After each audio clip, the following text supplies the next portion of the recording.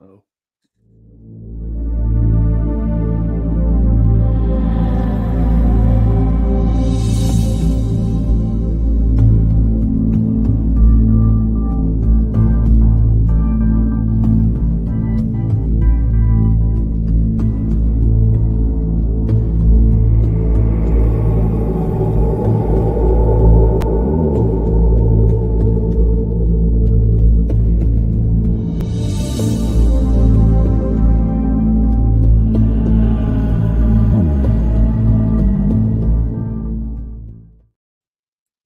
We did it. Yay. Yay. Welcome, everybody. Welcome to the very first episode of Bordertown Strange. I'm Pam. And I'm Jess. And tonight we're going to start the shindig off, aren't we? We are. The shindog? The shindig. Shindog. Knock the shindog right out of it. Oh, man, yeah. Those shindogs bite. Tonight, we're going to run this like a launch housewarming party. Here in a minute, I'm going to list all the things that we're actually going to do with this program. But for now, I'm going to introduce our guests. We've got Phil Knight from What If Tomorrow on the Fringe and the Knight's Acres. Woo-hoo. We've got Mark Bannon with On the Fringe and What If Tomorrow. And we've got Enzo Cyril, the man of all podcasts. Thank you. And the purveyor of fine Hawaiian wear. Hey, what? Shut up! I don't know how those people get in. So, what do we want to start off with, Pam? Let's tell them a little bit about what the podcast is going to be about. All right. You want to take that? Sure. So what Pam and I are going to do here, anyone who's watched some of the other podcasts that we're on, we love to deep dive things, much to the chagrin of some of our other podcasters. We go a little bit deeper than they do. And we've decided we're going to bring our style to the masses. So here, we're going to be running this every 2 weeks on Wednesdays. And we're going to bring you news, stories, histories, and deep dives on ghosts, on UFOs, aliens, cryptids, Bigfoot, light anomalies, true crime, ancient mysteries, out-of-place artifacts, lost history, curses, missing time, time slips, time travel, multiverse, 37th parallel, simulation theory, missing 411, crop circles, ley lines, and much more. The sky's the limit. We've both decided we're not going to just pick a topic and run with it forever. You're not going to see a paranormal show after a paranormal show after paranormal show, or ghost. We're going to skip it around so there's something for everybody every time we come on live. And we're going to try to have some guests on, some authors and historians, and of course, friends and family from our podcasting groups, because it's our show and we can damn well do it. Yay. That's right. Yeah. And I mean, we have a list about 30 pages long of topics that we want to do, but anybody listening, if there's a topic of yours that's your favorite, send it in to us and we will most definitely add it to our list. And where would they send that to? They will send it to Pam. It's Bordertown Strange. Sorry, I was trying to read too. BordertownStrange@gmail.com. Mm-hmm. Or you can leave it on our Facebook page, Yes. Bordertown Strange. Or our Instagram, which is also at Bordertown Strange. We kept it pretty simple. Very nice. Keeping it simple is a good idea. Trying. Hey, Alicia. All right, so for tonight, we've decided to have this little party atmosphere, and we've tasked our guests with bringing weird and strange stories to tell. And we're just going to see who can tell the weirdest. And we may throw some games in there and have some fun stuff. And anybody in the chat room, if you want to tell a story, throw it on in there and we'll tell it over live on the air. So who all wants to go first? Oh, nobody raise your hands too fast there. Hey, I'll go. I'll go. All right, Um, Phil, you have the floor. Yeah, I've had a lifetime. You guys know, anybody that listens to our shows know I've had a lifetime of paranormal experiences. Suspected dogman. Now that since we talked to I forgot his name. But Brian Terrell. Brian, Brian Terrell? yeah, Brian Yeah. Terrell. So I'll start with that one. How about that? I was 5, 6-ish, living out in an old farmhouse, and in the bathroom, the bathtub was like right next to this window. And we didn't have air conditioning, none of that, because this was like in the old days in the 80s. And and I was taking a bath and I look and I'm like, this far. I can't, my camera's like, so I haven't got that figured out yet. This far from me, from a screen window. And I look and there's this thing. It looked to me like a fox, the head of a fox, but it had this like mischievous grin on it. And being 5, 6 years old, I started screaming, man. I was scared to death. And my mom comes in and I'm freaking out. I'm in the bathtub and I keep saying, pointing at the window because I couldn't even really talk, and it's gone. So, and then talking to Brian, I'm like, maybe it was Dogman, because Jess, you had to remind me of it. So, Yeah. He was all like, I've never had a cryptid experience. And I was like, I think maybe yeah, you not did. true. Not true. Well, isn't that the way it normally goes when you have a talk? Well, I've never seen anything like that, but there was this one time. Right. Everybody all of a sudden will say, there was this one time. Was that paranormal? Yeah, Probably. absolutely. I love how people forget until a couple of stories have been told. And then they're like, oh, Yeah. wait a minute. Yeah. Right. There was this I've one always- time. I've always thought when you're at a bar, you're at a party, or something like that, and you kind of want to broach that subject because you're kind of weird if you start talking about that stuff right away. But you don't start off with like UFOs or Bigfoot or anything like that. But you throw out like a haunted house or a ghost story. A lot of people have some type of haunted house kind of ghost story in their past that they can kind of relate to in some way, even from the little kid to their adults or whatever. It's just that seems to be something that everybody kind of has something. Yeah. Oh, I love how every skeptic you run into, they'll tell you that I'm a skeptic. I really don't believe in any of that stuff. But there was this one time. Yeah. Yes. And you're like, your butt right there in the middle just eradicated your I don't believe in any of this. Because you're telling me this story. Right.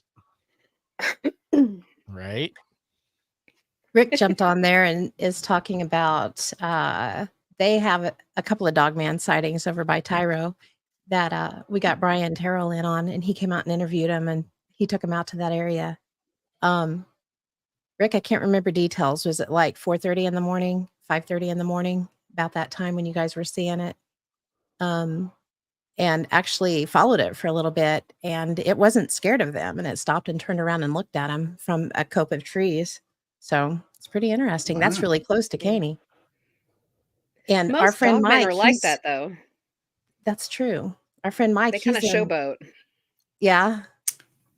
He's in chat right now, and he saw something really strange just it was last weekend, wasn't it? It wasn't even a couple of weekends ago, just south of Caney, coming home from Bartlesville near Copan, Right. just a little bit north of Copan. He saw a thing that, I should have got the picture up. It's so great. Shut up. I made a little bit of a really janky animation. Oh, it was it was perfect. It looked like Monty Python. It did. Yeah. It was It's like just it awesome. didn't move at all. It just, it just arcs over Yeah. the road. It's But like somebody, so imagine a deer standing on its back legs, only it's way bulkier than it should be, no antlers, and then somebody like cut it out of a piece of paper and just the picture like held it over the top of the road. That's what Yeah. it looks like. It- It's yeah, it- fantastic. The animation looks like It yeah. looks like a antlerless deer Jim Bro. Yeah, Like, All yeah. yoked out. it's Wow. flexing, you It's know. really interesting though. We sat down with him and got the information, and what the deal was, he was coming home from work. It was about 5:30 in the evening, and so the sun was still up. It was close to sunset, and he just happened to notice across the road in front of him, this thing jumps, and it wasn't a deer, and it was somewhat translucent, and it didn't move its legs, which is what was so odd to him. It just had its front and back legs straight out, and it just jumped over the road. And so when he got up closer to where it went over, he stopped and looked, and it's a pretty open field right there, and there was nothing there. He happened to look in his rearview mirror and saw a deer run the other way, like something had startled it. And so we went back out there the next night, and Mark was with me, and Yeah. and it was pretty open, and it was light enough out there. Yeah, he would have You should have absolutely been able to see something, Yeah. at least if it was moving, because it was pretty open. hmm But the Now, translucence is what got me, and he couldn't see the hooves to tell if it had hooves or feet or paws or anything. the only thing I've got to say though is since it was slightly translucent in that grass, all it really had to do was stop moving, and it would have been very difficult to see. Yeah, that's a good point. It just occurred to me just this very instant, because I'm not the sharpest crayon in the box, and sometimes it takes a while for these things to percolate through, my Swiss cheese for brains. And where it crossed, it was just north of a hill that has Indian burials at the top of it too. Yeah, it's like 200 yards, 300 That was yards interesting. tops, Yeah, it was not far away at all. within visual will- sight. Yeah. I will add this. So he said, right after he saw it, he pulled right up to where he saw it jump the road, and he stopped to look out to see if he could still see it or the path that it took. And Mhm. when he did, deer jumped out behind his vehicle from the Mhm. direction that it had gone, as if they had been scared out of the brush line. Yeah, So whatever it was, they saw it too. It wasn't just the deer saw it. something Yeah, yeah. Saw it or Pretty smelled it or interesting. something. Yeah. something. Yeah. Yeah, acknowledged it somehow. And he's Yeah. a hunter. He's absolutely knows what a deer looks like in pretty much any situation. And it wasn't, Yeah. It wasn't even dusk. It was still full on. The sun was coming right over that hill. So it was Yeah. interesting though. Even more interesting. So the very next day, we had brought it up to a club meeting.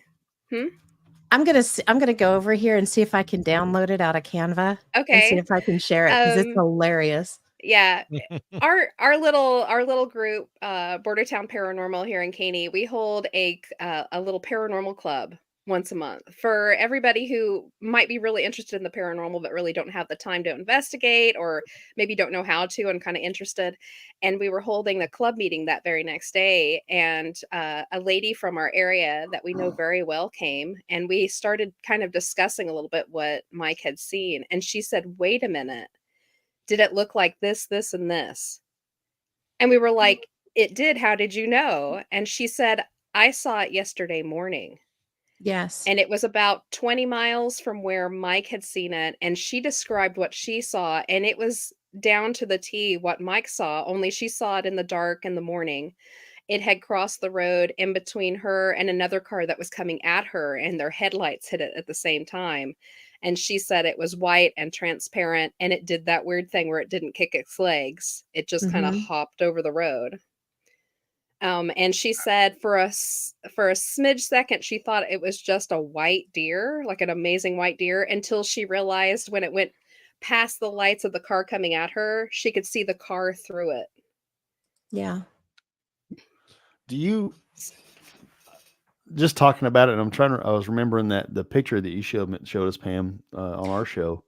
hmm Do you think it may have been a what they call a knot deer? Are you That's familiar with that? Yes, and I kind of wonder if that is what it is. Someone else had brought that up too, and it sounds suspiciously like that very well could have been what it was. Yeah, I found an okay. article, and it says the knot deer is larger than a normal deer. Their bodily proportions more similar to that of a moose, and they're capable of reaching incredibly fast speeds up to 30 miles an hour. They have forward-facing predator eyes and have been seen walking on their hind legs. People who have encountered the knot deer reported they seem to possess a higher level of sentience than other animals. They are capable of reasoning and making choices based on conscious thought rather than animal instinct. So I don't know. And they also kind of look like a gym bro. A bit, yes. Okay, I Never heard of may that. Not deer. I may be downloading it now. Yeah, it's fascinating. Oh. And I hope you get it. You're in for a treat. while that's downloading, I did save the picture, but how can I show it off of?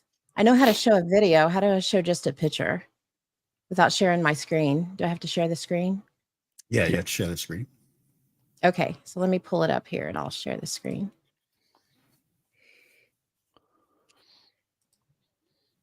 Is it going to happen? Bum, bum, bum, Well, it'll be this. It'll be the creature first, and then I'll. bum, bum, bum, bum, Yeah. bum, bum, bum. Well, while we're waiting on that, so if anybody who's in the Caney area is interested, we're going to be talking about Mike's experience and the other lady's experience, along with other cryptid sightings in our area, actually in the whole 4 states area. On Friday night, we do a big presents for free at the Caney City Library. There it is. There's what he he drew one, and then I helped him kind of flesh it out a little bit more. But the nose was definitely that short, and the legs were extremely long. Very odd looking. The It is closest thing odd. I found to it is a Wendigo, but it's not a Wendigo, it looks like. I don't know. Yeah, it's pretty weird. It is strange. Okay, let me get back over here and see if I would I'm say that excited. Wendigos don't come from our area. We don't usually spot them, but you know, Okay, let's see if this weirder works. things have happened. It's a good thing. No kidding. Yeah, I Well, really do no. want to see one. Yeah, we have other weird things to go along with it. So I Me? think we've got Oh, too much wait. weird stuff. Okay, here we go. See it? Mark, Ooh. Whoa. Okay, I'm going to do it again. Are you ready? Do it again. Woo. Wow. It's like being there. Right? It Isn't is. that like, yeah, y'all, I'm giving you the grace of allowing you to see my incredible editing skills here. That's great feel- special effects work. That's Hey. pretty fantastic. Whoa. Yeah, I feel like Right? it needs like This a is cartoon already- boing noise. It needs a cartoon boing noise. There you go. Oh, let's do it again. Are you ready? Okay, I'm going to hit play. There we go. Yeah. Perfect. Awesome. See, He shoots his that foot. one. Here, yeah. Try it again. Try it again. Yeah, here Mike is in here too, and he's saying, here's what he's saying. He's amazed at how fast it was. There you go. That's even Awesome. better. A little Scooby-Doo for it.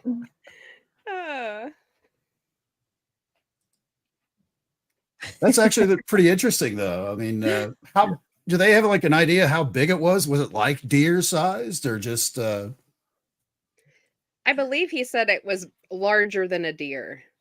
A little bit Mike, bigger? Mike's actually in the Yeah. chat. Mike, could you tell us, was it about deer sized? It was, if I remember right, it was deer sized, except its legs were longer.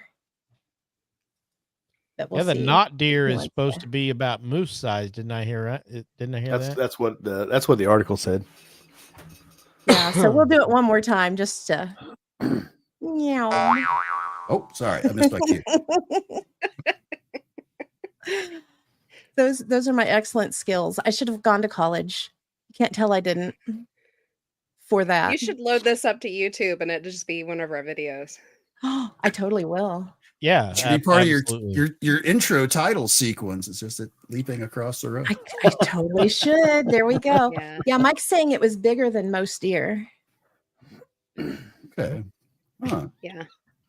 And it was kind of a light brown, but it was translucent. I do remember that. It's crazy.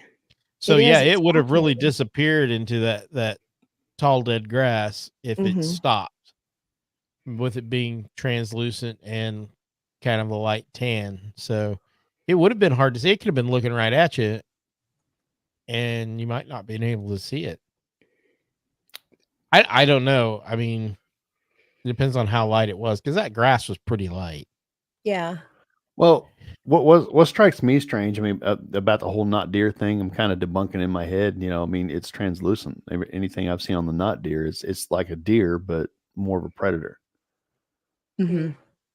Yeah, it looks a little more dangerous and acts a little bit more dangerous than a Right. normal deer. So Yay. Thanks, Andrea. Yeah, it's definitely the weird stuff that we have in the area. Sometimes have only been spotted once. Some of them have been spotted several times. It's insane. We're not going to go all into it here, because that would take up the whole show. That'll be another show. yeah, We will talk about it on Friday night. If you're in the area, come to the presents. We're going to talk about all the Absolutely. craziness. Even flying dinosaurs. We have those too, believe it or not. Several sightings over the years.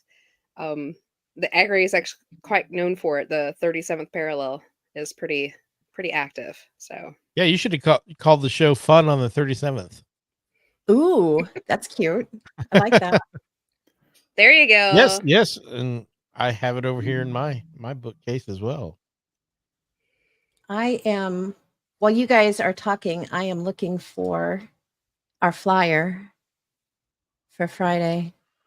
Okay. So who's Grab up it. next with their story? Mark and I can go next. I can go next. Go for There it. you go. Not really a fully fleshed out story, but it's something I haven't. I don't think I've ever talked about it on here in anywhere because it doesn't just never comes up. But I was thinking about it the other day for some reason.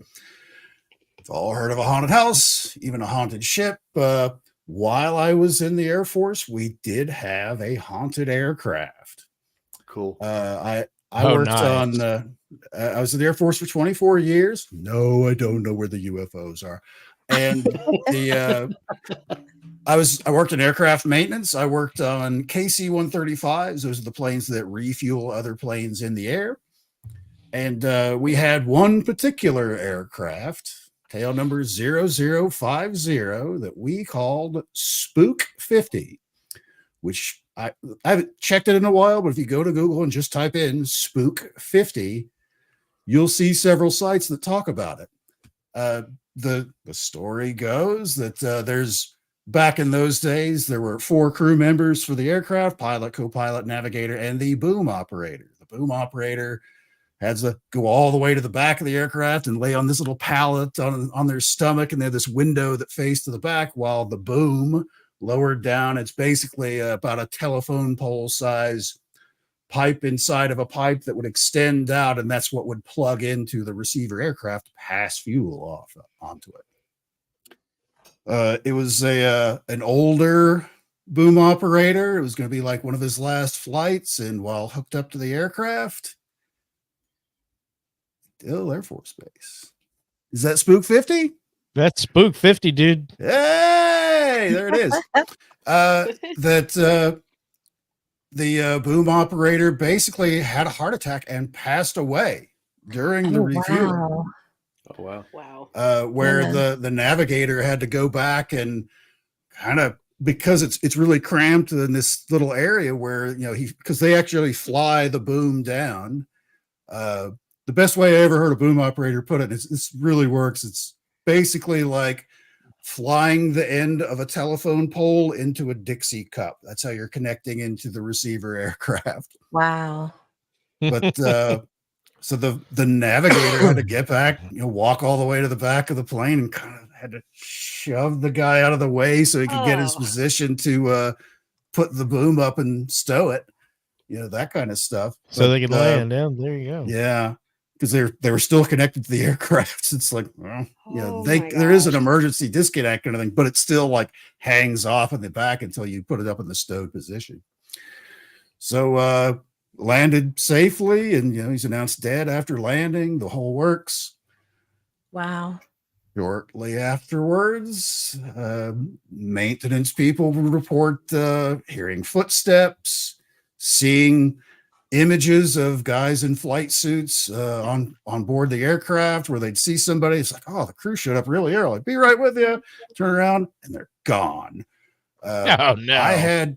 I had several personal friends that were straight arrows, smart people that didn't really believe in any of this stuff, that swore to God, I'm not getting on that plane ever again. And I always ended up being the person working on it. I never experienced anything out of the ordinary on the plane, but a lot of my friends did. Because you kind of wanted to. I guess. I don't know. It just didn't. I was a little more skeptical back in those days. It's like, oh, come on, really? And but they were all genuinely would not work on it, especially at night. If it was during the day, okay, they'd probably go out and do something on it. But at night, forget it. And it was the inside of the plane was similar to it's like a Boeing 707 back in the airliner days. It's an older plane, but except imagine being inside of an a regular aircraft that you'd fly, civilian aircraft you fly, but there's no seats down the whole cargo area. So it's just this empty wooden floor, basically. And if you're walking down that floor, you can clearly hear it. It's kind of echoes a little bit and all that. And I have close personal friends. They're working in the back of the plane. They hear footsteps coming down, and the auxiliary power unit, which is kind of like a power unit that's built into the aircraft, that you probably have heard the one on a civilian airliner. That's that howling noise is while they're backing out of the spot and all that stuff, and then it flips over once the engines start. Anyways, he's changing the battery in it, which is like a big car battery, and you kind of have to. It's in this position. You kind of have to almost be bent over upside down to get in there to disconnect it and pull it out and all that. And he hears footsteps coming down, and he kind of like looks underneath of his arm, and he sees a pair of the bottom half of somebody's legs, and it's a flight suit with flight boots on, because they had special boots, because that's just what he can see. It's not that it was just legs, but he's like, oh, be with you in just a second, sir. He turns around, looks up, nothing. If they had like ran up, he would have heard them. Actually, the plane probably would have been shaking around or whatever, just from the bouncing of somebody running. So he's like, what the F? Guys that they'd be working on something, and it was like somebody just came up and pushed them to knock them off balance, and missing tools, because they're very strict tool control there for the Air Force, because you don't want that. Hey, I can't find that screwdriver. Is it in the engine? That kind of thing. So you always inventoried your tools when you got there. You always inventoried your tools before you left. And if something's missing, you're tearing the whole plane apart. Every step you took. Yep, been there, done that. Yep. And I don't know how many times stuff would be missing. They couldn't find it. Where they never went upstairs on the plane. They were just doing stuff right around like a landing gear or whatever. And the screwdriver that was missing, usually we're lucky enough, it was always larger things. It wasn't like Apex bits or something like that, but like screwdrivers or flashlights or something big like that. And it's on the navigator's table upstairs. They never went upstairs. How the hell did it get up there? Things like that. Just story after story after story. And dude, I need to go make an adjustment here. Let me borrow that. Yeah. That's crazy, especially when it's people that you know well and that aren't. Oh yeah, they wouldn't fool around at all. Or something like that. It's not like they were trying to get out of work, right? Yeah, like there's plenty of other planes to work on, and but if it came down to 50, they're like, no, I'm not doing that. It's like, fine, I'll do it. And the only time I scared myself. We were up on the alert pad. This was back in the old Strategic Air Command SAC alert. That siren goes off, and you're going to nuclear war kind of thing. And the power was all off on the plane, but I had to go in the back, and we had these little crappy two D-cell flashlights with a little crappy bulb that barely shines maybe 10 feet. And Were I'm they the gray walking to ones? the back of the plane to check on, different things. And what I didn't realize, I just see these lights like flush across like the whole backside of the plane. One of the security forces vehicles like did a U-turn right in front of the plane. It was their headlights swept across the front of the plane. It shined like the entire length of the inside of the plane. Felt like such a dope. But that was my only scare with it. But a lot of very close personal friends of mine did not mess around with it. They wanted nothing to do with that plane. Were those flashlights the old gray ones, the old gray plastic ones? The ones I had were they were black with like yellow like plastic pieces on the end. They were like hermetically sealed kind of things, so that gotcha. Because KC-135, it's a flying gas can, so fumes were a thing. So you didn't want anything that if the bulb popped, the whole plane explodes. I had an orange Department of Mines flashlight that was put together like that, had the O-rings in it. And... Yep. But that's it's not the best story, but it is out there. Good one. Obviously, you can still Google it. So there's stories. Yeah, there's all kinds of images for it. So if you look for it, you will find pictures of Spooky 50. Yep, Spook 50. We used to have nose art for a short period of time back in like the late 90s or mid 90s. And the nose art for Spook 50 was like ghostly looking 50 with like the Ghostbusters ghost coming out of the 0 on the 50. That's awesome. That's cool. Alicia's on here, and she said that her daughter saw the W again several nights ago for a couple of nights in a row. What is the W? Cassiopeia? Yeah, she told us about that at the Paracon a couple of years ago. Yeah, she sure did. And why don't you like tell it a little bit so everybody listening knows what she's talking about?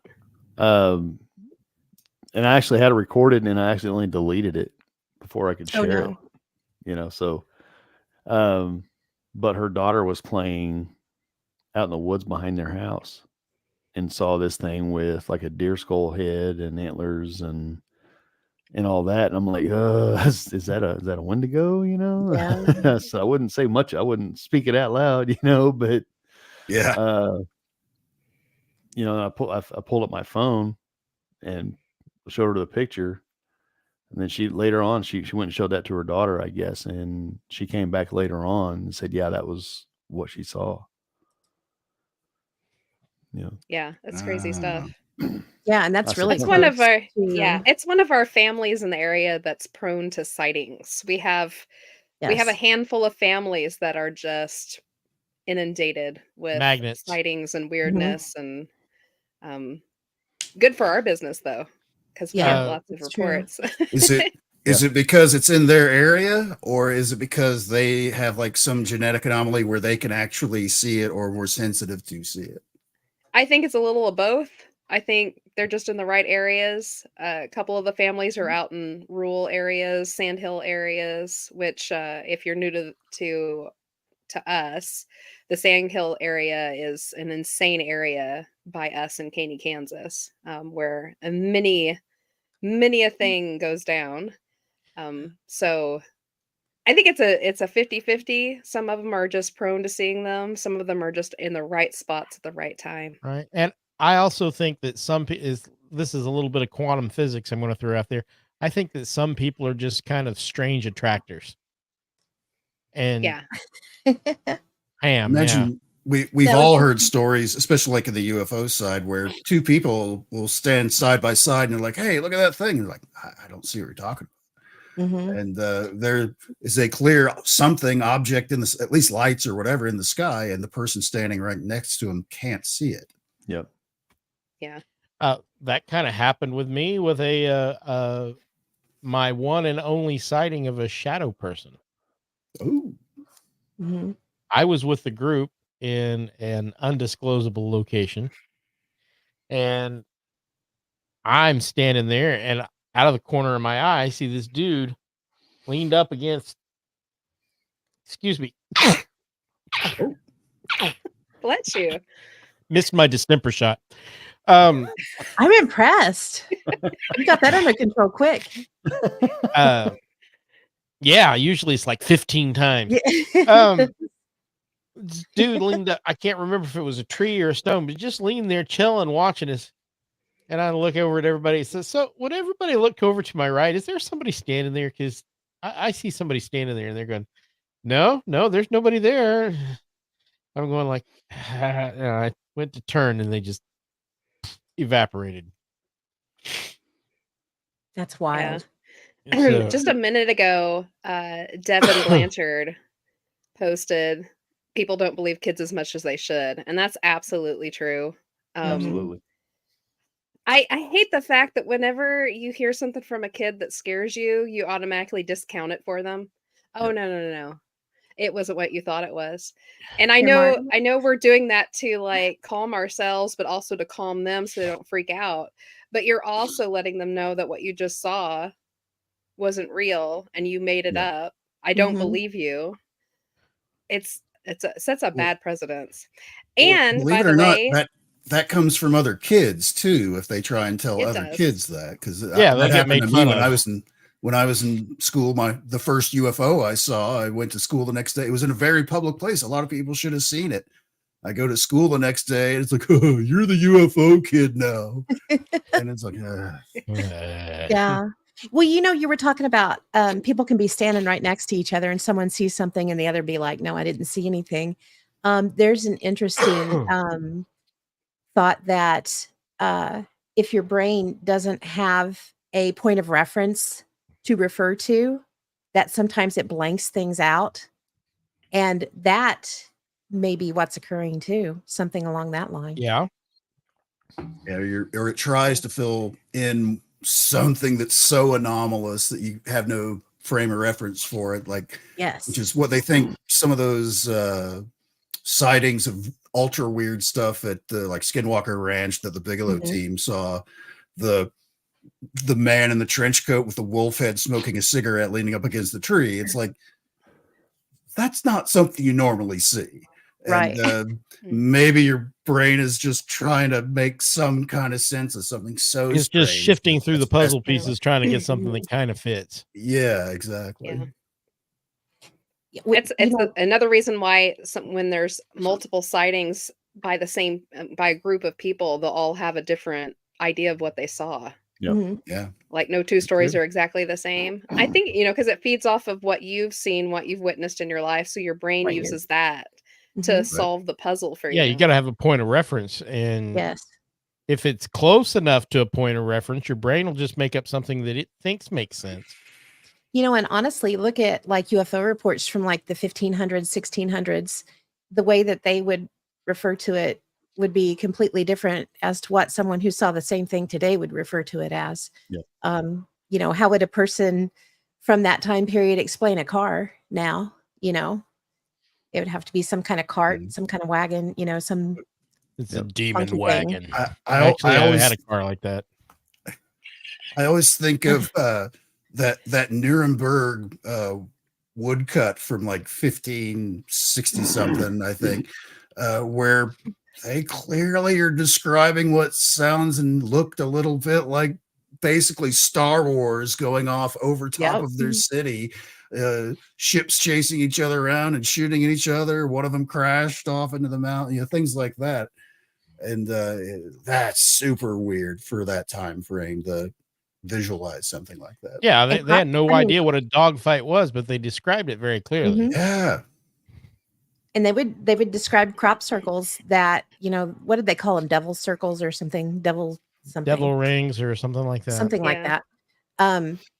And it's clearly a crop circle when we look at it now, but the woodcuts, that's what they look Mowing like. devils. Mowing devils. Mowing That's devils, it. yes, Very that's good. it. Oh, yeah. Even though mowing I didn't have to wasn't- look in one of my notebooks. Ooh, I got it. look at you. Yay. very There's good. always very that one good. friend that has the mind of a steel trap and the other one that has the memory of a goldfish. That would be me. Or, oatmeal. Oatmeal. Steel cut oatmeal. Yes. yes. Oh my goodness. How So, fun. Mark, did you bring us a story tonight to tell? Well, I mean, I kind of told one, but let's see. I had an amazingly clear deja vu incident when I was in 6th grade. So much so that I freaked my chair partner out completely. We got called to an assembly in the gym at the grade school, and we get sit down. I look over at my friend. I said, "Did we do this yesterday?" He goes, "No, I don't. Well, yesterday we did whatever the heck it was we did the day before." I said, "No, we had this talk yesterday," and I started listing off things that the principal talked about. He goes, "What the hell are you talking about?" Principal comes out and starts talking about everything that I said that we had talked about the day before. My friend went just totally bonkers, just like, "What the hell is happening here?" I was like, "We did it yesterday." "No, we didn't." So, Cool. I mean, I've experienced weird stuff. Uh, sometimes just in the mirror, but that was one of the weirdest things that ever happened to me. That I wasn't looking for, like the whole shadow person. I was out actually looking for weird stuff, and I found Yeah. weird stuff.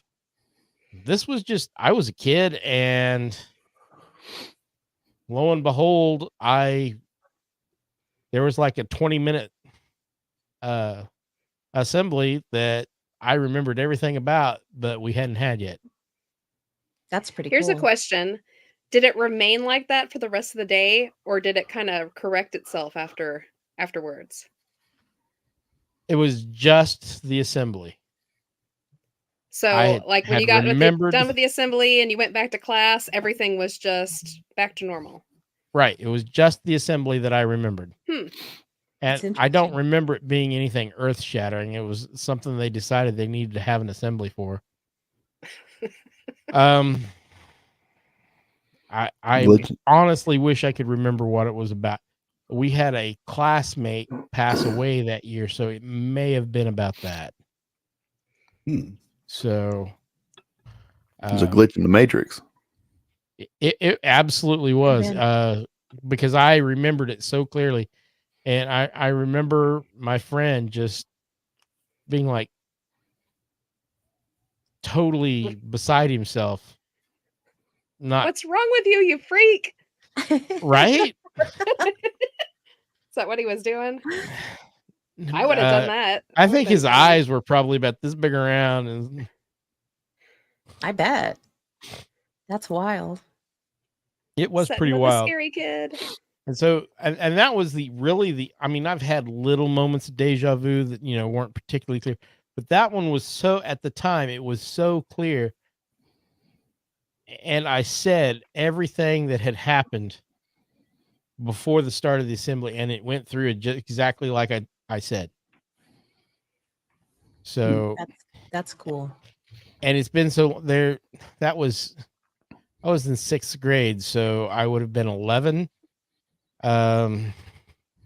So that was 45 years ago.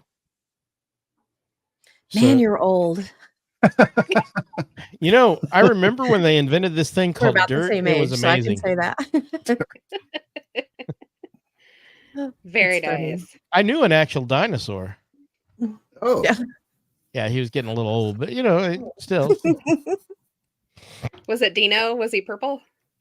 No, he wasn't purple. It wasn't it was Barney either. Dopey from What Land a of the Lost. dinosaur. He was some grizzled Aw. grizzled old man with a white beard.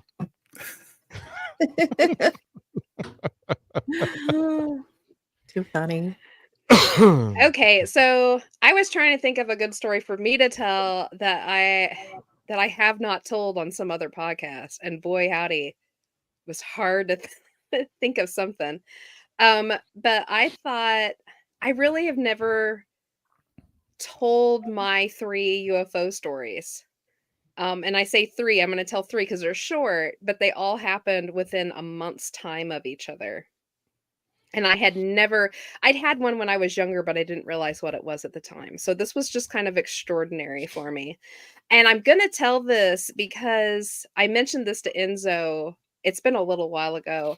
He told a UFO sighting story that he had, and I was just in awe when he told it because we've had almost the exact same experience and we used almost the same verbiage when we described it. Wow. It was as if somebody had fed him my story. So I'm going to tell these 3 stories, and the one that matches Enzo is going to be the last one. So this happened 2 years ago, I believe. Yeah, 2 years ago. It happened in October, the very beginning of October.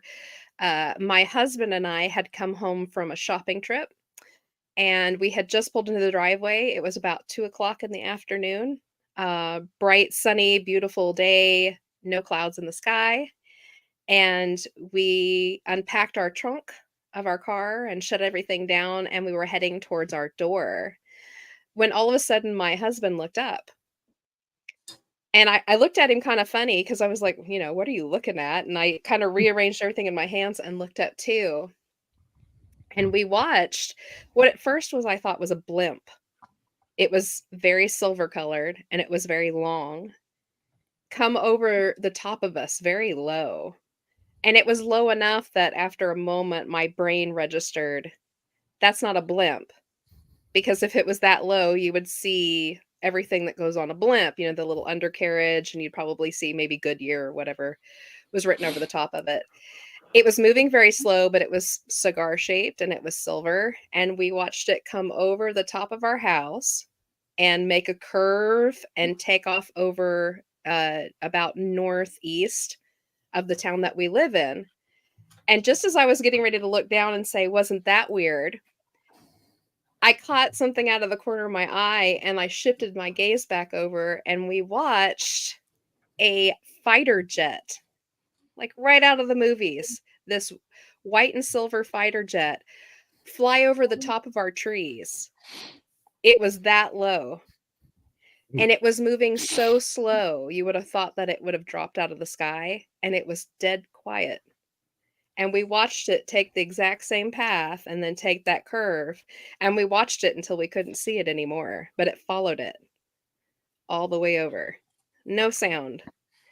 My husband, and you all know my husband, he's just like, he's a non-believer in anything. He'll explain Those away darn anything. Yeah. But he looked at me and he was like, "Did you just see that?" And I was like, "I did." And he was like, "Well, all right." And he just went into the house. Right? All right. Yeah. Now, me being me, I ran inside, put all my stuff down, and hurriedly wrote it down as fast as I could and doodled a little picture, date, time, weather, blah, blah, blah, blah, blah. And I was like, I was still trying to grasp what it was I always saw. I was like, was it a blimp? And regardless of that, what was up with that fighter jet? That was a freaking fight. It was so low I could see the bolts in the metalwork. So moving on, a couple weeks later, we are on our way back from a trip late at night, out of Oklahoma up into Kansas, and I was sitting in the back of the car, looking out the window, just kind of gazing because the stars were very bright that night. And there was one in particular that caught my eye, and it was very bright. And for a minute, I thought, oh, it must be a planet. They're usually pretty bright. And I was like, I wonder which planet that is. So I got up onto my little star chart app thing and was looking and realized there was no planets in that area of the sky. So I really started paying attention to it because I thought, is it a lab of some sort? Is it a satellite? I'm looking on my app. It's not showing anything there. And pretty soon I realize that it's not out in the sky far enough. It's actually close enough that it's keeping track with our car past the stars behind it. And it starts getting brighter and brighter and brighter. And then it would dim out, dim out, dim out. And then it would kind of skirt back behind the car just far enough that I couldn't quite see it. And then I would watch it race back up beside me. It was as if it was going, hey, I'm right here. Pay attention to me. And I watched it all the way home, and when about the time that we hit the Oklahoma-Kansas border, it just blinked out and was gone. So I was like, okay, so something interesting's happening. And I went home and jotted that all down too. And then just a few days later, I had my coup de grace, my awesome story. And Pam knows all about this because I actually called her from my yard. I was so excited and I Live was from the so freaked scene. out. I've heard it. It's a Yeah. good one. So it was about, I think it was about 10 o'clock at night. I was kind of shutting the house down for the night, and one of the last things I always do is I bag up my kitchen trash and take it out to the trash can, which sits outside our house, just around the corner. So I kind of have to make a little trek out my front door, take a left, or excuse me, take a right, walk all the way around the corner, and chuck it in the trash can, which I did.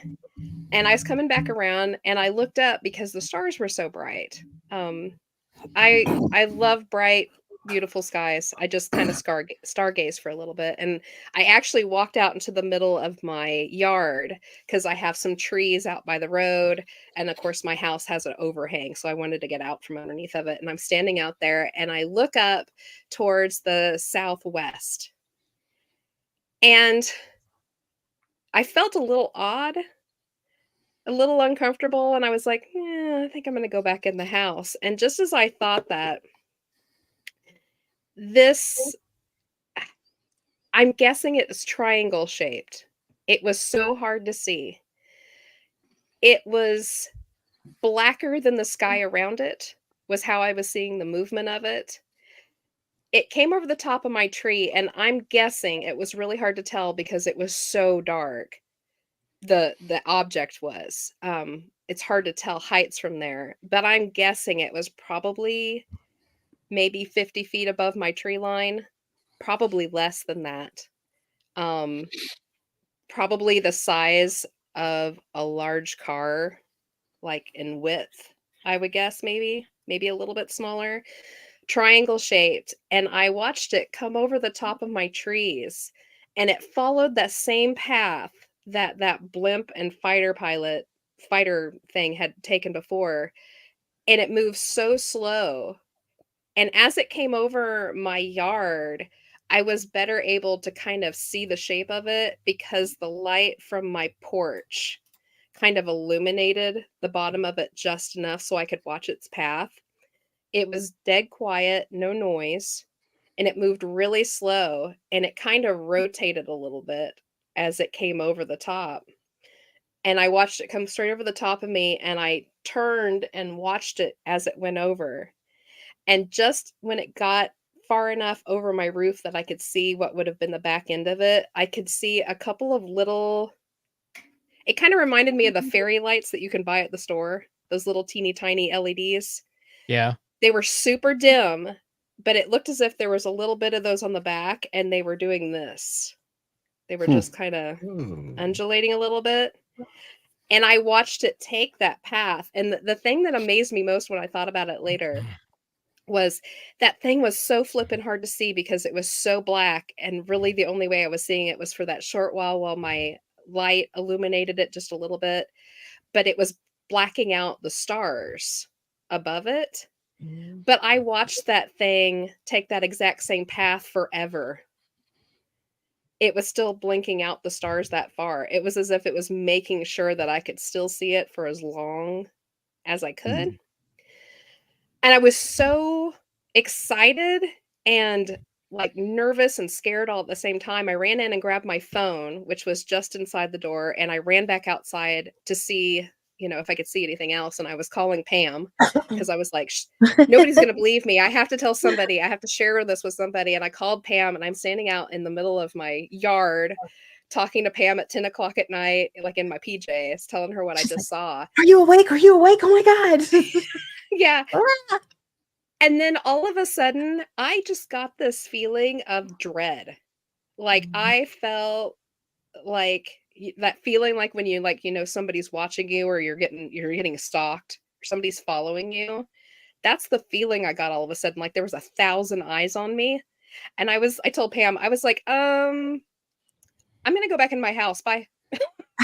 And I did. I ran back in that house. I couldn't get my door shut fast enough. I couldn't get it locked fast enough. I couldn't get the blinds down on my house fast enough in all the windows. And it took me a couple of months before I was willing to take my trash out that late again.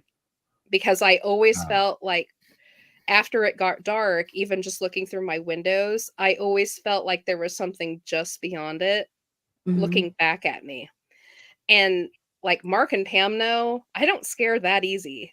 No. And we investigate all the time, and we will readily walk into Bigfoot territory. We will readily, walk into a haunted building that we know is haunted. I couldn't be in my own yard after dark for a very long time. I get that feeling out here every now and again when I'm Yeah. outside. And, Like I take and the I dogs out or absolutely Yeah. believe all of these stories. Yep. My My aunt's got a I'm sorry, Mark, go ahead. No, I was going to say the silver object that went through first is classic. Mhm. Yeah. Yeah, it is. And then, but a lot of people are going to say, well, you should have been able to hear a fighter. And I'm going to say that may not be the case because as early as the 60s and 70s, the United States was flying the Lockheed YO-3 Quiet Star, which was so quiet it could fly 100 feet above the airfield and not be heard. In fact, they used to fly it around the airfield and they'd have to fly. They had no radio because it was so lightweight. They would flash their headlights at it if it was quiet enough, and they did low passes over enemy positions, and nobody even knew it was there. That's So wild. that was 30, 40 years ago. What have they come up with next? Right. Or now? Well, my question is how is it moving so slow? Mhm. It might have to actually be that quiet. The Yeah. Quiet This was Star was a moving- very slow aircraft. This was moving as slow as like a glider. I had time enough to look at the bolts on the bottom of this plane. Yeah, I mean, it would have to be that quiet. It was Um, just slow coming over the top of us. Yeah, Mm. And no sound, no rush of air. You would think that we would have gotten a rush of air from it. It was right over our treetops. I mean, it Well, kept a shadow. if it I was don't. designed It's to be weird. that quiet, you might not have heard the wind. Like I said, that Quiet Star, they literally it could fly 100 feet above you and you wouldn't even know it was there. Yeah. I don't So, know. The only I had a gentleman tell me, because I told this story to some other friends, and he mentioned the fact that maybe it was wrapped in some kind of a air bubble that had not an air bubble, like a time bubble. or a stealth field. That UFOs maybe are, UFOs sometimes are known to cause little time slips and stuff like that. He was like, what if it was in some kind of a time bubble and it was going over in real time, but you got caught in the path of it and you watched it go over in a slower. What's Yeah. interesting is the feeling of dread, with the Yes, second after one. that, Yeah. That's almost Yeah. certainly, it's like you noticed that it noticed you kind of thing, Yeah. Yeah. It is. that black one freaks me out a little bit for Yeah. two reasons. One, because I know we can make really quiet airplanes, and we have Vanta Black, which would explain. So technically, that could be something that we have, and it still might be. But the feeling of dread afterwards, Yeah. was it because Yeah. it saw you or somebody else saw you see it? See, the thing that gets me, I was fine. I was fine to run back in my house and grab my phone, and I went right back out there into my yard and in my PJs, made a phone call to Pam, told her everything about it. I was fine. And then the dread hit. Mhm. You'd think that Maybe- if just the sighting of it had scared me, I wouldn't have been standing out in my yard calling Pam. I would have been calling Pam from inside my locked house with all the blinds down. Right. It Yeah. didn't hit me until then, and I remember it just washed over me. It just washed over me, and then it just stuck with me. I would be fine during the day, but as soon as it got dark, I was like, I don't want to be near a window. I mean, I could force myself to go to the window, but I dreaded it. I was just like, I don't The want to Men see in what's Black outside the may have window. been watching you. Well, so if Maybe. there's things like that, and say they could We did possibly talk be about it. ours, say they could possibly be ours, could there be some kind of infrasound that they could send out that would give out a feeling of dread? I don't mean, know. they're guess we working on it. Is that possible? I was just thinking along that Good. same lines, Pam. What if it was something to mess with the EMF or something like that? Yeah. Yeah, I don't Some know. kind of It makes me propulsion or think of, something like that. like That's if even the police scarier car if is it's ours. behind you and you don't see them, so they do that rumble thing that like goes through your soul. It's, Right. basically. So if you don't see their lights, you'll at least feel them and pull over. It makes me think of something like that. Maybe they send a rumble out at you. It's like the brown sound weapon, which I Yeah. want one. I really want one. I would just set it off randomly going down the street, which is why they won't let me have one. But Yes. We would know Mark Shooting was people as you within drive a by. 12 Just, block yeah. radius at all times. I know my aunt. Toilet paper sales up in Katy, Kansas for some reason. corner of the market. my But no, aunt I has remember a- this. Sorry, go ahead. No, that's okay. Go Is- ahead, Pam. I was just going to say, I remember Jess's voice when she called, and she was just like excited, oh my God, this is happening, and this is, I want to tell you exactly what I saw and exactly how it is and blah, blah, blah. And then all of a sudden she's like, yep, well, I'm done. Mhm. So Yeah, you can I was like, tell I'm going the back in. shift in That makes me wonder if attitude. it wasn't the object. The object didn't have anything to do with the feeling of dread. Whatever was following the object. Oh, maybe. Yeah. Maybe there was something behind it eliciting that feeling of dread. Maybe. Maybe if it I don't wasn't know. ours, maybe what was behind it was ours, and they sent out the My problem infrasound with thing. that is, I mean, I get it. I see what you're saying, Mark, but it seems like that would affect like everyone in the house, everyone that it flew Oh, that's over, true. everyone. It's Yeah. Well, I this mean, area of effect. Is the infrasound going to go through a whole house, or will the walls stop it? I don't know. I don't know. I don't know enough about it. They go through cars. I Yeah. would think guess you would it still be depends on able to what- hear it for sure. Yeah. I don't know. It wore off after a month or so. I'm still a little leery, That's a long time. but For her, it did. yeah. I I'm was scared, yeah. absolutely sometimes just the thought of like looking out my window when it was dark outside would turn Wow. my. I didn't know that part of the story. No, I didn't. Well, So yeah, Is that- like I didn't want to be outside after dark because I just had this feeling like if I took that peek out that window or if I opened up that door, there was going to be something on the other side of it that I didn't want to see. Question: So I just stayed in. Did you notice any lost time? No, I did not. I don't think there was any. I went out at 10 like clockwork, like I always did. Like I had a schedule that I had myself on, so I'd make sure to get everything done. I had a whole bunch of stuff. Just, you get done at the end of the day before you go to bed. And I was right on time. And after I talked to Pam, I went in and wrote it all down and wrote down that I had talked to Pam. So Mhm. I would have denoted the times there and there wasn't any All right. discrepancy. I would have seen it. I was would've just been like, wondering because "Okay." sometimes when people experience something like that and their mind just shuts down because of a trauma, and I had wondered if there was some trauma that you don't remember that caused that feeling of dread. Yeah, I don't know. If something did happen, then it did a good job and it like zapped me. I don't remember it. Will Smith out there with his little deal going, you ever flashy thing me, Jay? damn Right. it, Jay. It'll cause No, I was brain going to say a damage. little bit ago, my aunt has kind of a similar story. And when she was younger, my grandparents had a place just south of Cherryville, a couple miles up on the side of a hill. And she was a teenager, said she was kind of going through some stuff, so her and my grandmother were outside at night talking. Well, both of them are very sensitive, psychic wise. And they were talking, and all of a sudden, all the nighttime sounds stopped. They said they're talking and they start paying attention. Well, over the hill comes two lights, like moving really fast, I guess. and they were kind of intertangled, like they were moving around each other and all that.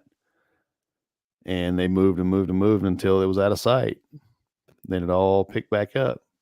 And my aunt's like, my grandma's like, it's time to go in. Yeah. So That was Trying to the be cool about interesting it so you thing. don't scare the kids.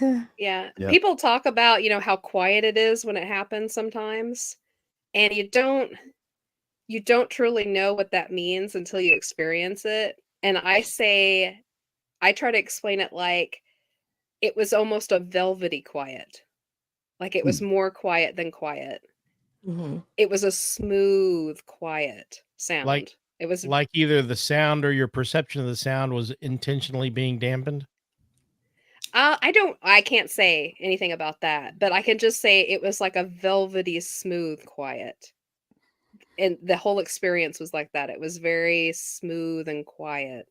There wasn't any exterior sounds happening, and I don't know if that's because there wasn't any exterior sounds happening or because I was so dead nuts focused on what I was seeing and trying to figure out what it was. But I know the object itself wasn't, because the first thing I thought, about a million things run through your head really fast, your brain trying to explain it to yourself. At first I thought big bird. You see an object and you that big and you think big bird, and then my brain went, no, that's not a bird, it's got a shape to it. And then I thought, I told Pam, I was like, I thought maybe a drone. Yeah. Some drones are kind of triangle colored. I mean, some of them are huge, I guess. And so your brain automatically goes, well, where's the propellers? Where's the sound? Why isn't it buzzing? And then I could see the underside of it by then, and I could see that it had nothing. It was just a perfect blacker than black, velvety shape. And like I said, I could just barely make out the shape of it, just solely because the light from my porch was shining up enough to kind of illuminate it just a little bit. But It yeah, is velvety smooth. so similar to my story that I understand when I told my story, you were like wigging out at the Yeah. similarities there. You should Except that- tell your story so they can hear well, how alike it is. Quickly, it was spring-ish of 1999. I was at a friend's house who lives like right downtown Wichita, and we're sitting around watching TV or whatever, and we decided we were gonna go into his backyard and smoke some cigars and just hang out. And whenever I go outside, because I'm a big astronomy nerd, whenever I go outside at night, the first thing I do is look up at the sky. Can I see stars? Okay, what can I see? There's this, there's that. I've got all the apps. I've got my little star charts. I've got all the Awesome. crap. And so I did that. My friend was like, oh, I'm gonna go to the bathroom. But it's like, all right, I'm gonna go ahead and go out in the backyard first. And I go out there by myself. As I'm looking up at the sky, I see like movement, like almost directly overhead. Just that sense of movement. When you're looking at something, it draws my attention, and like directly overhead, moving to the east, which was the way I was facing as I went out his backyard. It was just a shape. There were no lights, no sound. It was just, I could sort of make out that something was there. It was like a dark gray on a black background, because all it had behind it was, the stars. I think the only reason I could even sort of see it was the lights from the city itself were kind of lighting it up a little bit. And it's just quietly moving to the east. And for the longest, I say the longest time, the whole experience was like maybe 10 seconds. But as I'm looking at it, I'm like, am I actually seeing this? Because it was just this kind of a blob. I wasn't sure what I was seeing, if it was just my eyes playing tricks on me. But being the astronomy nerd, I looked in front of it, the direction it was going. It's like, okay, there's stars there. It was blocking the stars as it went by.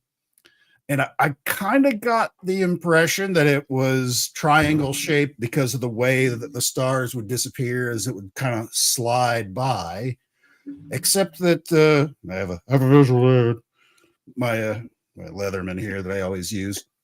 we think of a triangular craft. It would move with like one of the points moving forward like that because that's kind of aerodynamic.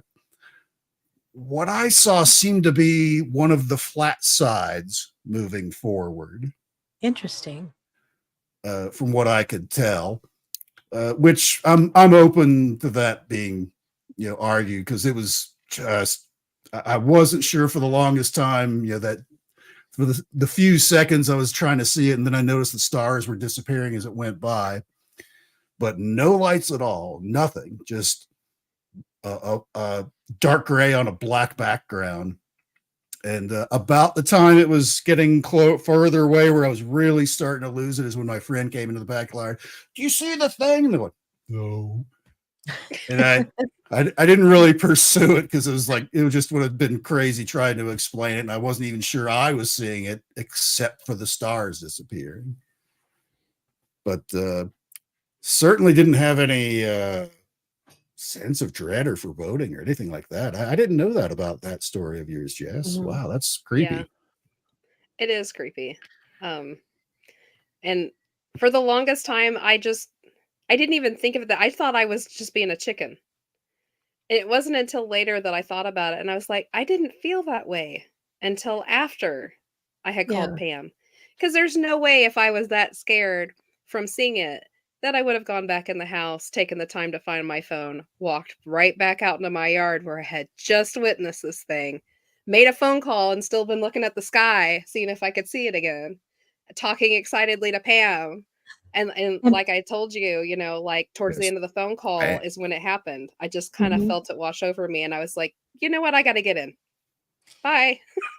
And, besides that, you came back out with the phone, turned the phone on. So you've like lit your face up basically while you're looking at this thing. So yeah, I had no problem going back out there until the end of that phone call. And I just, interesting. Strange. I've felt that kind of like wave of just dread and despair before, but that was a very different situation. I was all alone on Christmas Day, just cooking my sad little meal by myself for like the first time in many years. Just the way that things happened to be, it was just me. And it was like in the middle of getting ready to put something in the oven for my Christmas dinner.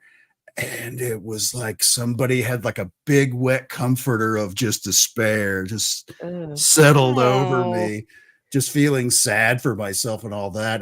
But it was really strange because I don't normally, that's not the first time that's happened, and sure it's not going to be the last. But it's I don't normally go through that kind of like a emotional range to where that would happen. So I don't know what it was, but for like 20, 30 minutes, I was just like the most miserable dude in the earth, but then I kind of snapped out of it. It was strange. I don't maybe know you had a passer through though. That's some black triangle flew over my house on Christmas Day. And well, I'm not talking about a triangle. I'm talking about somebody that used to be human taking a trip through your house. So very possible. Anywho's, moving on. Pam, do you have a story? Oh my gosh. I've been sitting here trying to think of one that I have not shared before on a podcast. Yeah, it's hard. It is hard. We're on too many podcasts. We talk. Apparently, I overshare because I'm trying to think of one that I haven't. I can tell you one of my favorites, but I've shared it before. Well, that's what I did. We've never told the stories on this show. Oh, that's true. Brand new show. That's true. Very we have good. new watchers. Yeah. We have new people on here, so hit it. Okay, so you guys, do you want to take bets on which story I'm going to tell? Oh. Hammers. Hammer. Oh, the disappearing house. I'm going for the disappearing house. Yeah, that's one I was going to tell. Yeah. Okay, so this one, we call it Pam's disappearing house. This would have happened back in the late 70s or early 80s. And I have a brother that is 4 years older than me.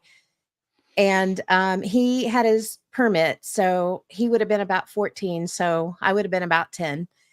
And he collected old beer cans. And at the time it was the screw top beer cans. And they were still relatively easy to find in old dumps and things like that. And so during the summer, we would go out, and my parents had a little green pinto. This is how long ago this was. And it was, it was a stick. And so we were out in the sandhills, and I didn't, I was young. I didn't know all the back roads then or anything. And we got outside of town, and he took this one road, and he looked out, we looked out and saw this house and a barn, and we were like, okay, there's usually a good, it was obviously abandoned. And that's usually a pretty good place to look for things like that. So we drive by it, and there is a big, like a trash pile out between the house and the barn. And we're like, okay, there's no trespassing signs, it's obviously abandoned. So we pull in, and we get out and are digging around a little bit. And he found 2 cans, and he put them in the car, and they were decent. They weren't great. They were rusted and everything, but they were okay. So he puts them in the car, and we decide to look around a little bit. And we walk into the barn, and we walked in from the north side facing south. And it was pretty, it was pretty empty. There was some old, like, rotted tack hanging on the wall still and things like that. And, it was not that exciting. He was walking in front of me, and he stepped out. It was like wider on the north end. And when you got down to the other end, it was a smaller door. He took a step out, and then he immediately backed back in, and he said, I think we need to go. We need to get out of here. And I was, me, what do you mean? What do you mean? Being the pesky little sister. So I poked my head out the door, and in a half circle up to, like, we're looking out the door here, and like in a half circle out around it, there are these little bitty animal skulls, and they just went all the way around, and they were painted different colors. And I saw it, and it scared me. I was like, didn't know what the heck that was. So I was like, okay, yeah, we need to go. So we turned around and started walking. And about that time, we hear footsteps in the hayloft above, just that creak, creak, creak. We're like, oh shit, it's time to jet. So we took off. He's like, go, go, go. So we take off running, and we jump in the car, and he threw it in reverse, and he pulls out. And instead of turning back to the east, which would have been to our right, he turned left. And so we're going down this road, and it dead ended. And we were like, oh, great. Now we have to turn back and drive back by this place again. And there's obviously somebody there. And there's obviously something. This is back when, like, devil worshiping and things like that was all the big talk was going on in the area and things like that. So, of course, we were scared to death of that. And that's the first thing we were thinking of. And so we leave. We hit that dead end, and he turns around, and we're looking at back by there, and we're both obviously looking, and we notice that the driveway had a fence up in front of it, like a barbed wire fence across it. And, people did use and still do use barbed wire fences. Sometimes they'll just use one post, and they'll pull it back, and then you can, close it up as a fence again. This was not like that. This was like strung tight across it still. And we were like, wait a minute, something's not quite right. So he backed up, and we looked, and we could see our tire tracks where it went up into the driveway. And then here was this barbed wire fence that was just pulled really tight across it. And we were like, that is insane. We don't understand, So we go home, and we're telling our parents, hey, this happened. And they're like, y'all are ate up, basically. They're like, whatever, you guys are crazy, and completely blew us off. So, we were kind of like, okay, well, maybe we didn't see what we thought we saw or whatever. And it got kind of left at that. But every time after that, and it was a few years before I went back out in that particular area again. But when we would go out there, that's the first thing I would look for, is that house in that barn. And I could never find it. And my friends knew about it, because I had talked about it so many times. So anytime we were out there, and in Caney, there wasn't a lot to do when we were teenagers. So we would drive around in sandhills a lot. And I was always looking for it, never finding it. Well, in 2012, I was working with the Historical Society, and we worked with Find a Grave. And on it, there's people, that might put a request out for like if there's a cemetery in your area and you're a member, I can't remember what it was called. Usually a photo request, wasn't it? Yeah, it's photo requests, but I can't think of you're somebody that fills the photo requests basically. Mhm. You can pick these up in your area and go fill them and then upload them for whoever requested it. And there were some in the area, and there is a little cemetery out in that particular area.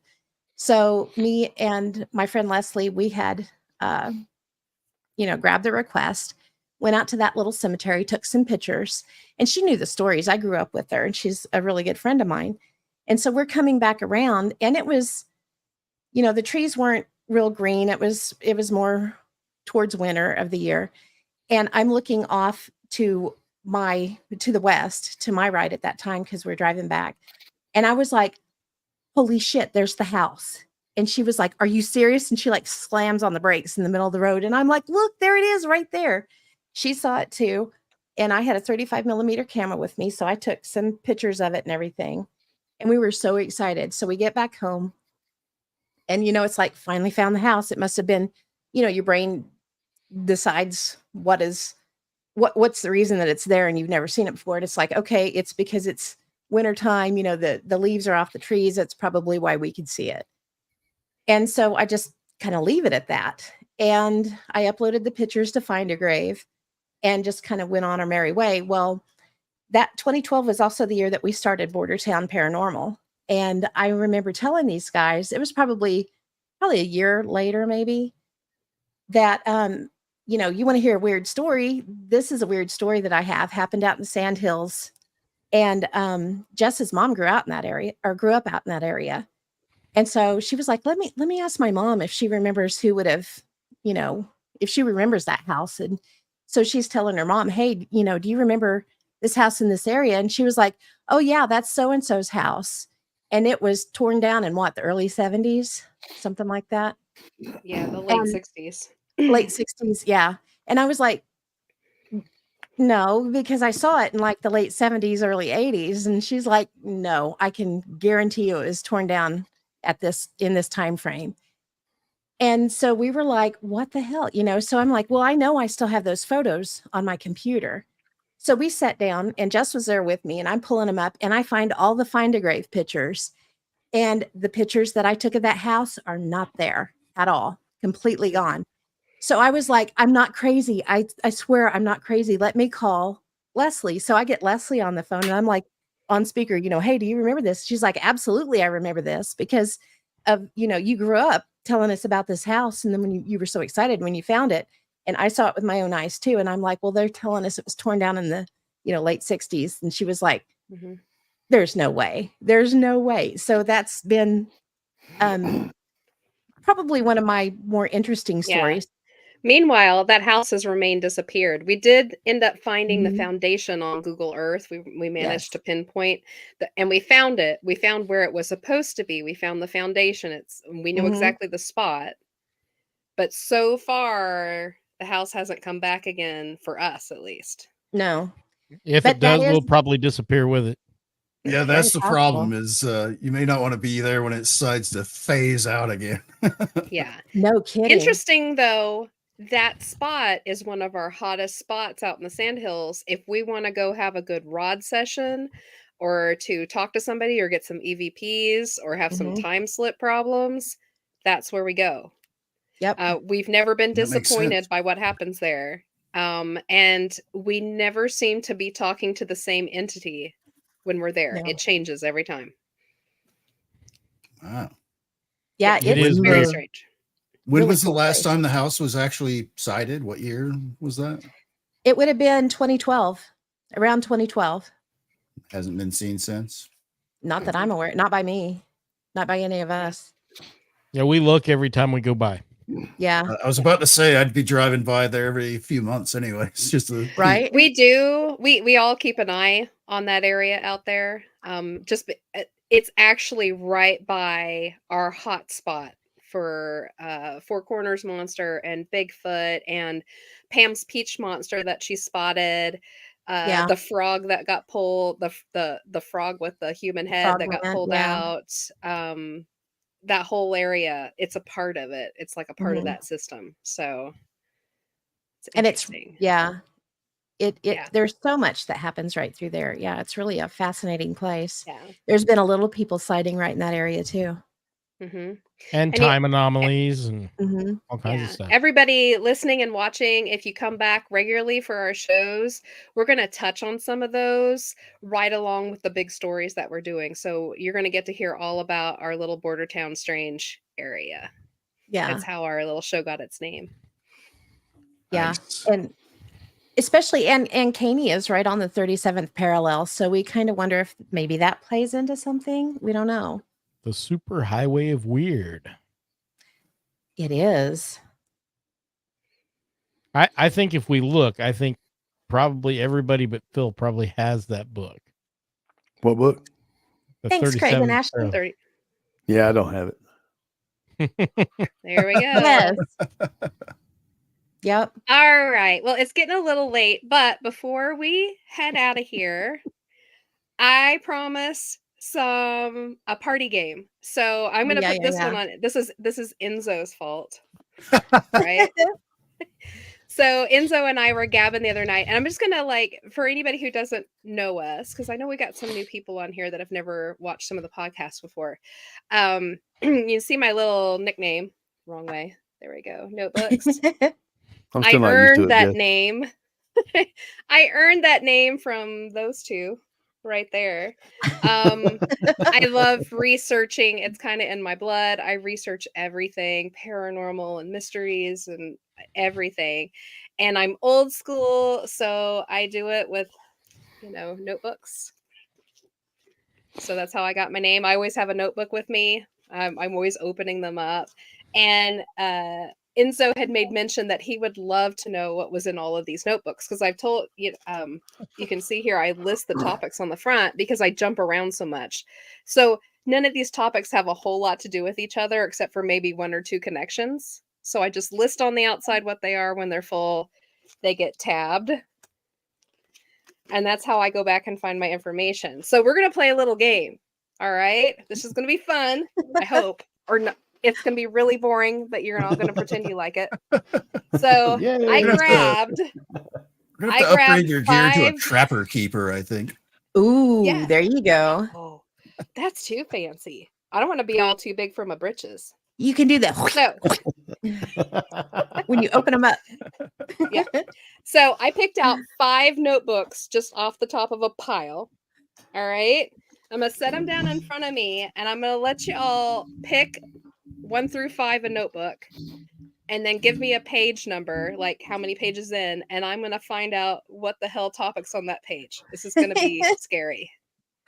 So who wants to pick? Do you want to pick? I got it. Enzo's? I want This to pick. is your I want to idea? pick. Okay. Which notebook?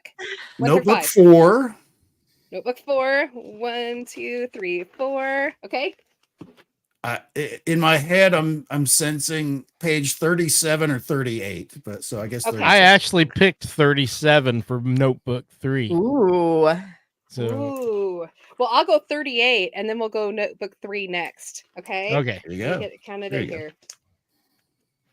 Gonna take I'm just a ridiculously second. excited to see what's on this page. Be We funny may if have they to have do something to this. do There's with not one like another. personal stuff or anything like that in there. It's like Oh no. had bad fish for lunch today. I've been on the toilet all day. Sounds legit. So, congratulations, Enzo. You pulled up a time slip story.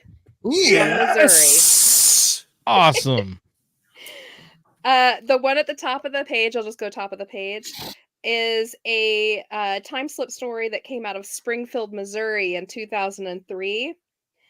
A very tall man with a melon-shaped head, overly large, was seen at a gas station in rural Springfield, Missouri.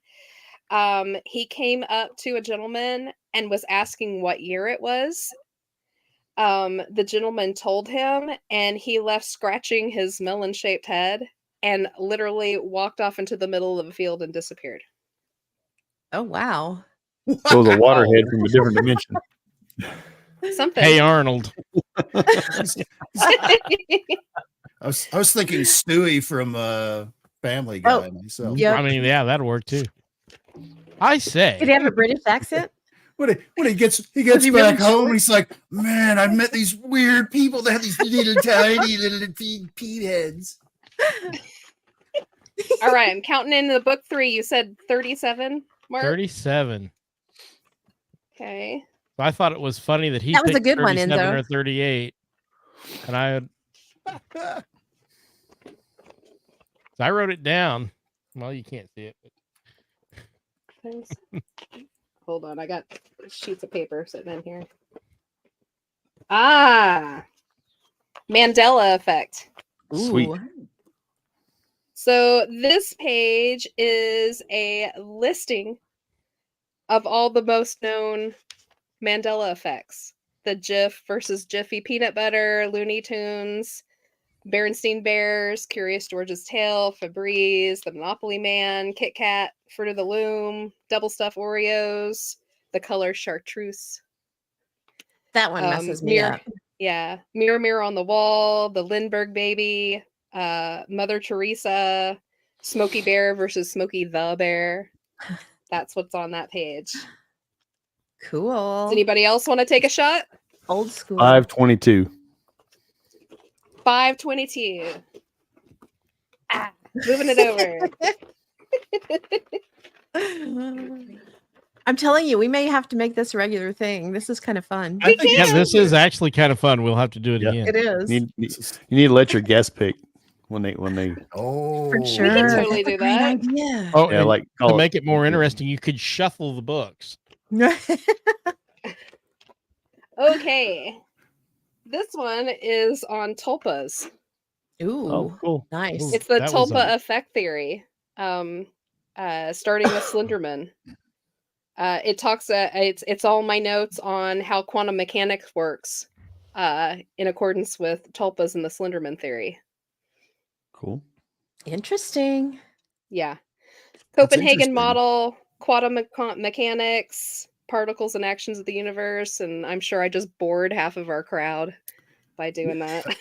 Actually, on Sonny's show, Paranormal Chop Shop, a few weeks ago, we had a couple of guests on where we did a rare middle of the week show, and it was specifically talking about tulpas and things like that. And Very the cool. example I used talking about it was Slenderman. Yeah. Nice. Yeah, I mean, it's the most famous. Yeah. Yeah, we Yeah. talked. Yeah. We talked about it a long time ago. Yeah. See, nobody's bored. Yay! We got a couple. Anybody else? Anybody else before the I'm notebooks going to do go one. away? Okay. All right. Which ones are left? You can pick any of them because they all have different stuff in them. Oh, okay. Let's see. There's a listing on Notebook. every notebook. Notebook number 1, page Okay. 13. Page 13. Mm-hmm. Okay. I know. I'm excited. Because while she's looking that up, the original thing that I said is like, can't you have like a whirl, like a wheel of weird, where you like spin it and it's just a random topic out of Ooh. one of your notebooks? And We could get her a lazy Susan to put all of her notebooks standing up on I edge know and her. then She's just spin it. she's very nice. You shouldn't make fun of her. Oh. But And her name's not Susan. it's her screen name. Okay. It's actually he, and his name is Mark. Yeah. So this is crop circles. Ooh, nice. And this is talking about all of the weird circles that happened in Arkansas through the early 2000s, the noble circles, which are ones that we were nearby when we went to that County? haunted museum, Ray County Yeah. Museum. Mhm. And I'll just tell you all a little bit about this, so you're not left scratching your heads. So the noble circles happened in Noble, Arkansas on June 7th, 2003. Near a small cemetery. There was a large crescent half moon in a spiral patterned with 4 small circles on one side. Soil samples showed magnetic levels 9 times higher than the soil outside. And if I recall correctly, that one had the little iron ores. Oh, circles. Yeah, little I think you're ball. right. Yeah. Mm-hmm. Yeah. I can't remember what they call that. Spherules or something. Yeah. Like The next one is the Delplane Formation in Delplane, Arkansas, June 2007. And this one was one of the first ones that was in the shape of something, and it looked as if it was a beetle with pinchers on it. Ooh, Cool. Mhm. Beetle with interesting. It pin- was also so one of the a ones. scorpion or No, it was a beetle. I've More seen like the a picture of it. scarab? It looks like a beetle, but like they made like what would have been its front things like turned this way, so it Oh. looked like this instead. Hmm. It was an Huh. And alien Lobster self-portrait. boy. yeah, It's- it's hard to draw when you've only got these. It's, It is. it's true. The next one is one of my favorites. It's the Peach Orchard Form in Arkansas. It was happened June 2003. It was a bicycle wheel with the sprocket in the middle. It was 100 feet around the entire circle. It was made of 3 layers of grass braided over the top of each other. So it had this beautiful appearance from the top because it looked all weaved like that. And it had something else really strange with it, and I love this one. A lot of these circles have things that are left untouched within them, and this one had a hummingbird nest attached to one stalk that was still upright as if it had been protected from everything else, Oh, wow. with the little eggs still perfectly fine within it, just That's sitting That's in the middle cool. of one of the rows. They never seem to attack the wildlife. And certain flora and fauna it won't touch. So Huh. interesting. That is that's interesting. what's on that In, page. in, I in your like that notebook, did one. you happen to draw what they looked like in the notebook? No, but I have little notes down below to the photos that I have on my Cool. laptop and Oh, stuff. okay. Yeah, so I can cross-reference them and move and go and see them. And where I found the original pictures, so I can go back and reaffirm where they came from originally. That's awesome. Yep. Anybody else before we're done? Are we all You ready done? to do one more? I'm good. We I do think have I'll one just- question really quick Okay. Sure. from someone. Have we heard of any stories or activity at the Safari Museum in Chanute? I have not. I've Have not you heard guys? anything about that. I've heard whispers that there's a little bit of activity there, but what that is, I have no idea. I've never heard a firsthand account. I've just always heard buzz that, oh yeah, weird things happen there. Mhm. I don't know what. And I've never actually been there, oddly enough. It's one of Is it those the like Martin and small town Osa? things. Yeah, I Yeah. haven't Yeah. either. I've never been Yeah. there. If you live too close to it, you don't go to it. I think it's that kind of a. Yeah. Oh, Alicia Request wants from the audience. notebook 2, page 45. 1, 2. Let's see what we got. Do you like number each page in there? They're kind of grouped within the. So it has. I get the ones that have the little sectioners, so you can have different like subjects or whatever, and I can kind of go from there. I know how Cool. many pages are within those, so I don't have to count completely. I just kind of have to skirt through the pages. Almost Just there. I keep imagining like the leather bound notebook from like Indiana Jones that his father wrote about like Right. various Trail things, diary. or the dad's notebook from Supernatural that had Supernatural. all That's the the one I that- was thinking of. That's behind her 2 feet to the left on the second shelf. So this is gonna please Pam. This is Annals of Kentucky. Oh, yes. Oh, nice. Nice. I love it. Yeah. Wow, So it's a little bit. this- annals. Sorry, Annals. Annals. A-N-N-A-L-S. not anals of Kentucky, Sorry. Enzo. Didn't think it was that kind of show. You could just take that. You just take your potty mouth on out of here. Oh my goodness, the show has taken a turn. So this page is on the third period within the book that we were looking into. Mhm. And this is about the Atlans, because we were discussing if this were the Atlantis. original Atlanteans that they were Yeah. talking about. And they were saying that the Atlans were civilized like the Atlanteans, lived in towns, built houses of wood, clay, and rough stones. They worshiped the sun and moon as emblems of the deity and built them circular temples. They knew geometry, architecture, astronomy, glyph signs, and writing, the use of metals, agriculture, etc. And this is where I got them at. If you got to catch the What If Tomorrow podcast when we did the Annals of Kentucky, years ago, we were doing talking about disappearing, reappearing houses. We were also talking about disappearing, reappearing islands and pieces The of Hebrides. land. Yeah. And Disparities. I had brought up Parodies, that's it. the Hesperity Islands that Rosemary Ellen Guiley loved to talk about. That was her favorite, one of her favorite topics. But there's so few mentions of them. There's a few here and there, but not a ton. And we'd actually just had a conversation. We're like, well, we'll wonder if they're true or not. There were so few comments on the islands, if it wasn't just a tale that got retold.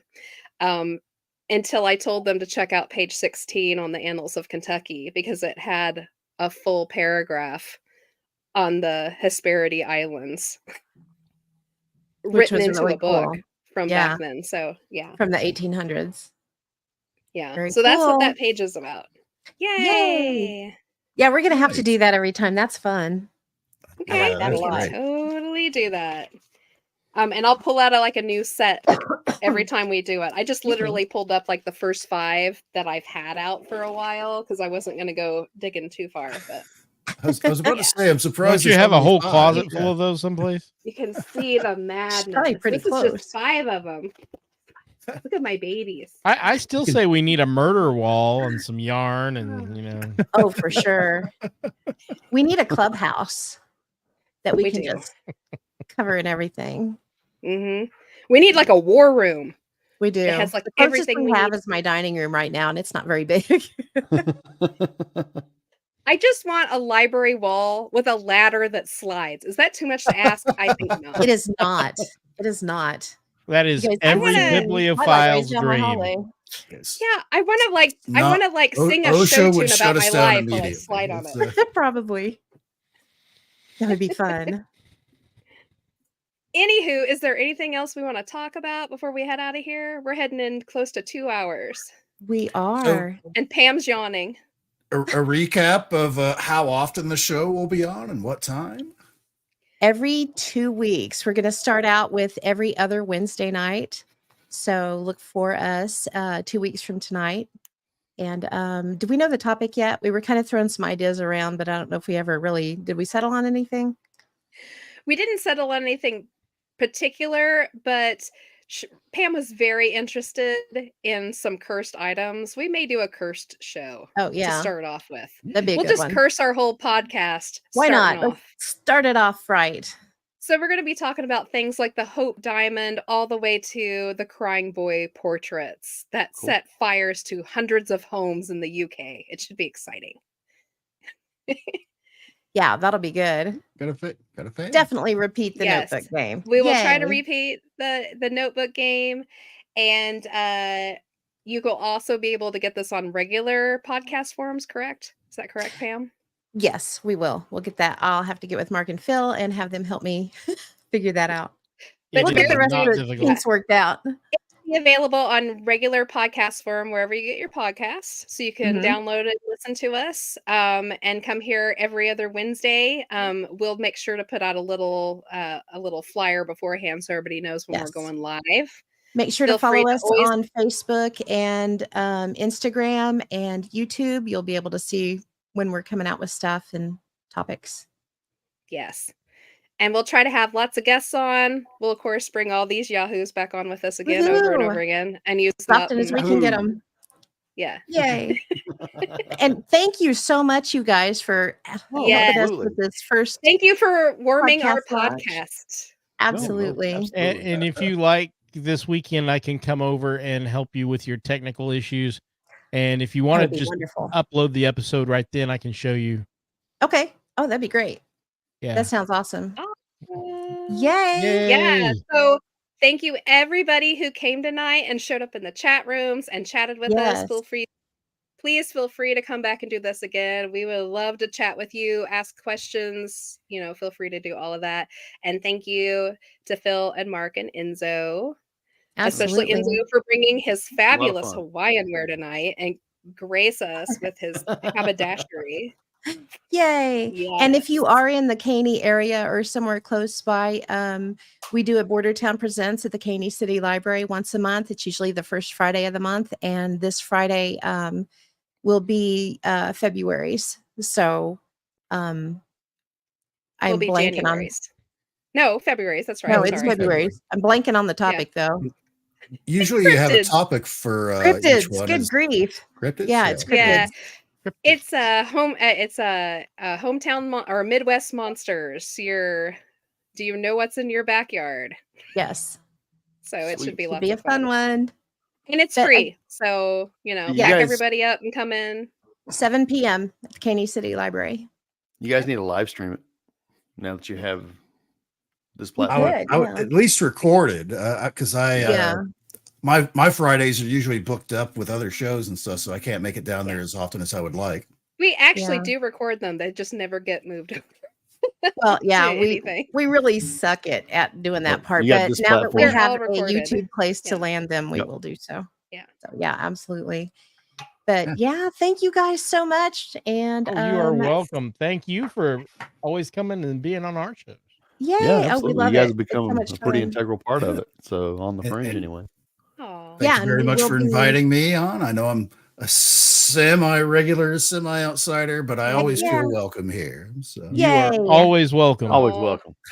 100%. You're like our mascot. We should make a little mascot Mascot. picture of Enzo. Yeah. Oh, somebody should totally make Wow. little stuffed Enzos and sell them on the Little Enzo. interweb. We should start a store. We'll sell little stuffed Enzo. Ooh, bobblehead Enzos. With his little Have Hawaiian different shirt. shirts for Maybe different I'll- times. Yeah, little Hawaiian shirts on them. That'd be there you go. bobblehead with whiskey bottle in hand. Yeah. Yeah. Mm. That'll be the drunk Seriously, Enzo you need to make the bobblehead. cork pull Yeah. for a segue. That'd be cool. But yeah, thank you guys again. Cool. And we will probably see, hopefully, if you like what you're hearing here, we'll be on the Fringe on is it Monday night? Is that the Monday next night? one? Yep. Monday Monday night. night at 7. Monday, Campbell. Monday. There you go. Go follow us there too. Yeah, with Fun stuff. psychic Christy Campbell. So get on there because she's a hoot and a half. She is. She is It's a lot of amazing. fun. Yep. Yeah. All right. Well, I think we are coming to the end. Oh my gosh, we survived the first one. Yay! Yay! All right. You ready for our first outro? I'm ready. Yeah, here comes our All right. outro. All right, and we will see you guys so- later. Everybody have a good night. Good night. Good night, everybody. Good night.